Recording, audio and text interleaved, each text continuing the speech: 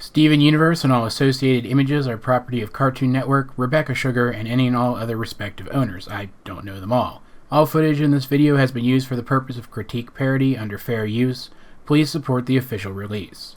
Let's talk about Steven for a second. Specifically, let's talk about Steven's powers. While some of his powers seem to come directly from his gemstone and others seem to be part of his biology, they are all inherited from his mother, and they all have a common component, that being that they are influenced by Steven's psychology. This seems to be how gem abilities work. We see that when Ruby becomes angry, the air around her heats up, and conversely, when Sapphire refuses to act on anger or impulse, the air around her cools down. Similarly, Steven's bubble is first summoned when he has an instinct to save someone from danger. His aging ability was triggered for the first time when he wondered whether or not he needed to grow up. His shield is summoned when he feels familial or maternal love. This lines up very well with what we've seen of the way that other gems summon their weapons, for example. Each gem must remember a state of mind representative of who they are, and bam, their weapon appears. However, there seems to be an additional component to Steven's abilities. That being that they are also affected by his subconscious.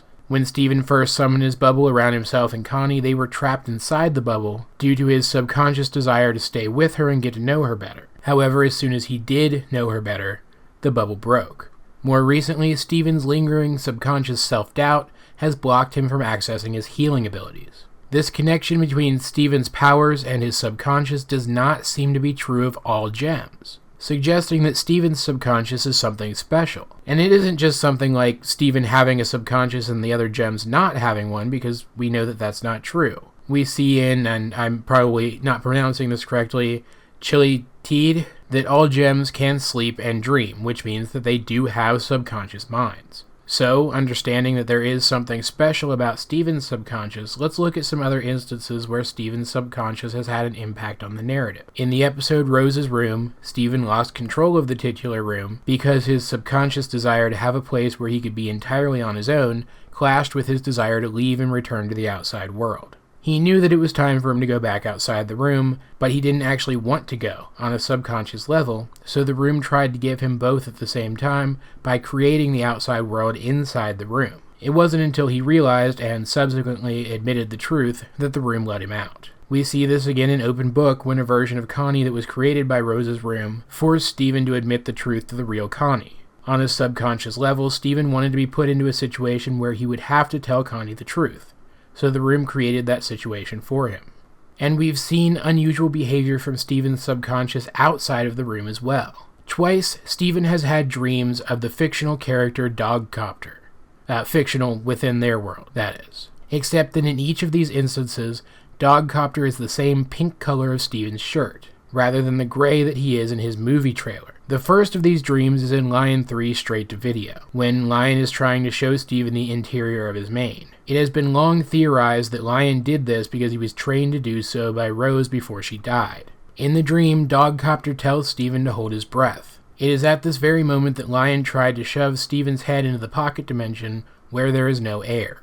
It's as if Dogcopter knew what Lion was going to do, which means that Steven, on a subconscious level, knew what Lion was going to do.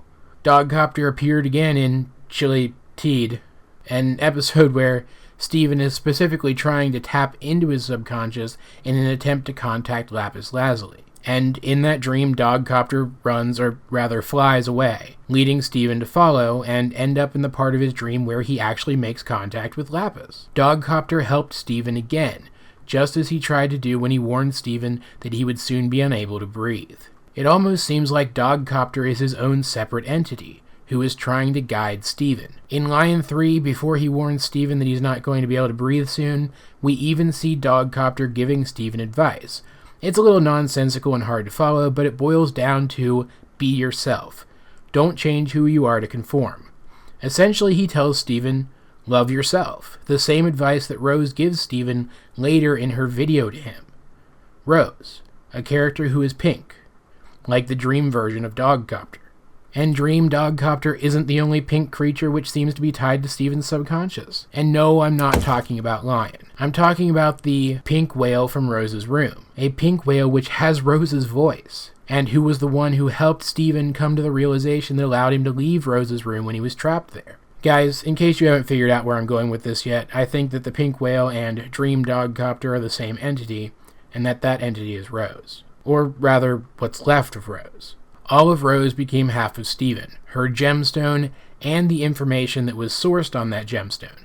The information that made up everything that she was, that wasn't the gemstone itself. Everything. Her body, her heart, and her mind. What if Rose's mind, the information that was once Rose's mind, is now sourced in Steven's subconscious mind, is part of Steven's subconscious mind? What if the whale and Dream Dogcopter are the room, with its psychic link to Steven and Steven's own subconscious respectively, trying to interpret that information? It explains why Steven's subconscious seems to be linked to his powers, something that, as I mentioned before, isn't true of other gems. Rose's psychology, just like Steven's psychology now, was once in control of those abilities when they belonged to Rose herself. If Rose is Steven's subconscious, it would make sense that his subconscious mind could control his powers. Same with the room. Assuming that Rose could control the room with her mind, if her mind is now Steven's subconscious, it would make sense that his subconscious might accidentally take control of the room and its functions. This presents a very interesting possibility. If Rose really does exist now as part of Steven's subconscious mind, then it is possible that, by learning to tap into his subconscious and communicate with Dogcopter or another avatar of that part of his mind, that Steven could tap into Rose's knowledge and memories. Or there is another possibility. While it is less likely given that the intent of the writers seems to be that Rose, as we know her, is gone for good, if Rose's personality has survived within Steven's subconscious as well, then if he is able to connect directly with that part of himself, he might be able to talk to Rose directly.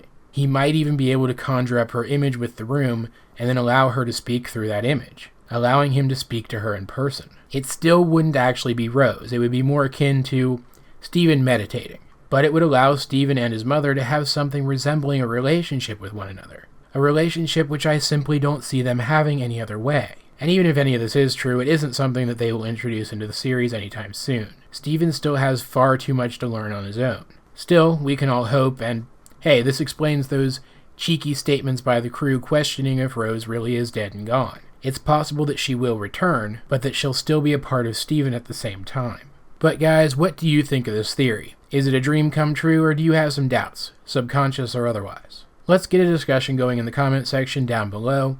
This has been AJ22, and I will talk to you guys later.